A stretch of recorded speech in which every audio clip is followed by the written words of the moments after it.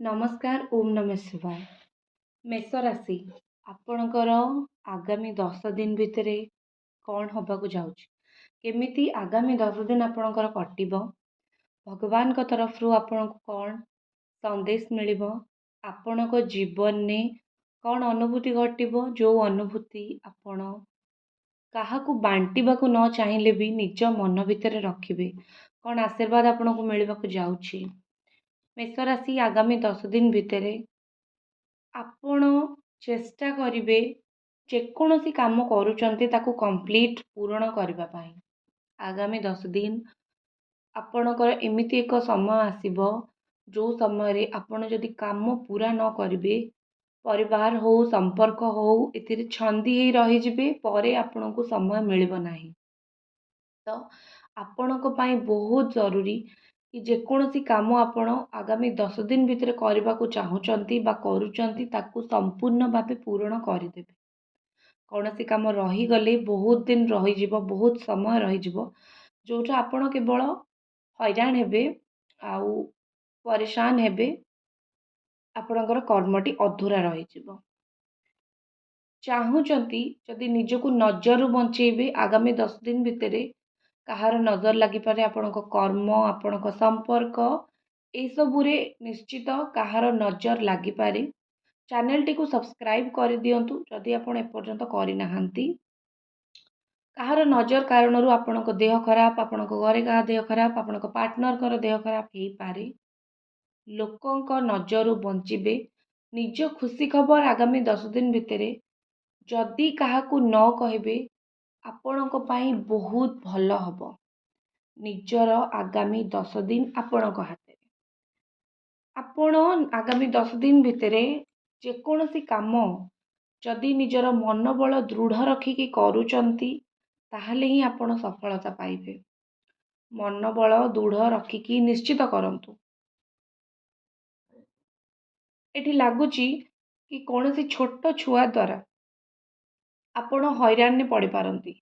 ତ ନିଜ କାମରୁ ଛୋଟ ପିଲାମାନଙ୍କୁ ଆଗାମୀ 10 ଦିନ ପର୍ଯ୍ୟନ୍ତ ଦୂରେଇକି ରଖନ୍ତୁ। ଆପଣ ସିଂହ ମୁହଁରୁ ବି ଖାଦ୍ୟ ଆଣିପାରିବେ। ଏମିତି ଆପଣଙ୍କର ଆଗାମୀ 10 ଦିନ।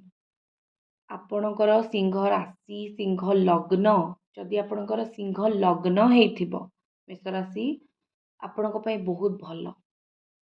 ସିଂହର ଏନର୍ଜି, ସିଂହର ବଳ ଆପଣଙ୍କ ପାଖକୁ ଆସିବ। ଯେକୌଣସି ପରିସ୍ଥିତି ଆସିବ ଆପଣ ତାକୁ ସାମ୍ନା କରିକି ନିଜ ହିସାବରେ ପରିସ୍ଥିତିକୁ ମୋଡ଼ିଦେବେ। ଏତିକି ଭଗବାନ ଆପଣଙ୍କୁ ବଳ ଦେବେ ବା ଏତିକି ଭଗବାନ ଆପଣଙ୍କୁ ସହାୟତା କରିବେ। ଆପଣ ପ୍ରତ୍ୟେକଟି ସିଚୁଏସନ୍ ନିଜ ହିସାବରେ ହାତକୁ ନେଇଯିବେ। ଦୂର ଯାତ୍ରା କରିବା ଆପଣଙ୍କ ପାଇଁ ଅତ୍ୟନ୍ତ ଶୁଭ ହେବ। ଆଗାମୀ 10 ଦିନ ଆପଣ ଯଦି ଦୂର ଯାତ୍ରା କରୁଛନ୍ତି ଆଉ ସେଇଟା ପୁଣି କୌଣସି ଉଦ୍ଦେଶ୍ୟ ନେଇ, ଦୂର ଯାତ୍ରା ଖାଲି ବୁଲିବା ପାଇଁ ନୁହେଁ, କୌଣସି ଉଦ୍ଦେଶ୍ୟ ନେଇ ଯଦି ଯାତ୍ରା କରୁଛନ୍ତି ଆପଣଙ୍କର ଦୂର ଯାତ୍ରା ନିଶ୍ଚିତ ସଫଳ ହେବ। ଚ୍ୟାନେଲଟିକୁ ସବସ୍କ୍ରାଇବ କରିଦିଅନ୍ତୁ ଯଦି ଏପର୍ଯ୍ୟନ୍ତ ଆପଣ ରିଡ଼ିଂଟି ଦେଖୁଛନ୍ତି। ଲାଇକ୍ ବି କରନ୍ତୁ। ଆପଣ ଯଦି ବିଜନେସ୍ କରୁଛନ୍ତି, ବିଜନେସ୍ ପାର୍ଟନର ସହିତ ଆପଣଙ୍କର ସମ୍ପର୍କ ବହୁତ ଭଲ ରହିବ। କୌଣସି ବିଜନେସ୍ କରୁଛନ୍ତି ସେଥିରେ ପ୍ରଫିଟ୍ ବହୁତ ଭଲ ରହିବ। ବିଜନେସ୍ ପ୍ରଫିଟ୍ ଆପଣଙ୍କ ପାଇଁ ବହୁତ ଅଧିକ ରହିବ। ବିଜନେସ୍ରେ ଯଦି କୌଣସି ପ୍ରକାର ଘାଟା ହେଇଥାଏ ସେଇଟା ବି ରିଭାଇଭ୍ ହେଇଯିବ, ଘାଟା ପୂରଣ ହେଇଯିବ। ଆପଣ ଫୋନ୍ ମାଧ୍ୟମରେ କେଉଁଠି କିଛି କଣ୍ଟାକ୍ଟ ମାଧ୍ୟମରେ ନିଜର କର୍ମ ଗୁଡ଼ିକ କରିପାରିବେ, ନିଜର କର୍ମ ଗୁଡ଼ିକୁ ହାସଲ କରିପାରିବେ। କାହାକୁ କଲ୍ କରିବା, ମେସେଜ କରିବା, କଣ୍ଟାକ୍ଟ କରିକି କାମ କରେଇବା ଆପଣ ବହୁତ ଭଲରେ ଜାଣିଛନ୍ତି। ସେଇ ଜିନିଷର ନିଶ୍ଚିତ 10 ଦିନ ଭିତରେ ଫାଇଦା ଉଠାନ୍ତୁ। କୌଣସି ପୁରୁଣା ସାଙ୍ଗ ଦେଖା ହେବ, ଯଦି କୌଣସି ପୁରୁଣା ସାଙ୍ଗ ଦେଖା ହେଉଛନ୍ତି ଜାଣନ୍ତୁ ଆପଣଙ୍କର କୌଣସି ଇଚ୍ଛା ପୂରଣ ହେବାକୁ ଯାଉଛି। କୁହନ୍ତି ଯଦି ସଡନ୍ ହଠାତ୍ କୌଣସି ପୁରୁଣା ସାଙ୍ଗ କି କୌଣସି ପୁରୁଣା ଜିନିଷ ମିଳିଗଲା ତାମାନେ ଆପଣଙ୍କୁ କୌଣସି ପୁରୁଣା ଆପଣଙ୍କର ଇଚ୍ଛା ସେ ପୂରଣ ହେବାକୁ ଯାଉଛି। ଆପଣ ନିଜ ମା ସହିତ ସମ୍ପର୍କ ବହୁତ ଭଲ ରଖିବେ। ଦୂରରେ ରହୁଛନ୍ତି ଯଦି ମାଙ୍କ ପାଖକୁ ଯିବେ, ସମ୍ପର୍କ ଆପଣଙ୍କର ବହୁତ ଭଲ ରହିବ। ସାଙ୍ଗସାଥି ମେଳରେ ସମୟ କଟିଯିବ, ଦିନ କଟିଯିବ। ଆଗାମୀ 10 ଦିନ ଆପଣ ମନରୁ ବହୁତ ଖୁସି ଅନୁଭବ କରିବେ। ଛୋଟ ପିଲାମାନଙ୍କ ସହିତ ବହୁତ ଏନ୍ଜୟ କରିବେ ଯଦି ଆପଣଙ୍କ ଘରେ ଛୋଟ ଛୋଟ ପିଲା ଅଛନ୍ତି।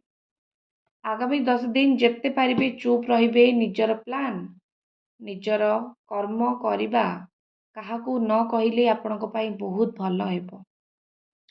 ଆଗାମୀ 10 ଦିନ ଭିତରେ ଆପଣ ଯଦି ଚୁପ୍ ରହୁଛନ୍ତି ଆଉ ନିଜ କର୍ମ କରୁଛନ୍ତି, ସଫଳତା ନିଶ୍ଚିତ ପାଇବେ। କର୍ମ କରିବା ଆଗରୁ ଯଦି କାହାକୁ କହିଲେ ଆପଣ ହଇରାଣରେ ପଡ଼ିପାରନ୍ତି। ନିଜ ମୁଣ୍ଡ ଖଟେଇବେ, ନିଜ ଦିମାଗରୁ, ନିଜ ବ୍ରେନ୍‌ରୁ ସବୁ କିଛି ଭାବିକି କରିବେ। ଆପଣଙ୍କ ପାଇଁ ସେଇଟା ହିଁ ସବୁଠୁ ବେଷ୍ଟ ରହିବ। ଏଥିସହିତ ରିଡ଼ିଂଟିକୁ ଶେଷ କରୁଛି। ଓମ୍ ନମଃ ଶିବାୟ, ଓମ୍ ନମଃ ଶିବାୟ।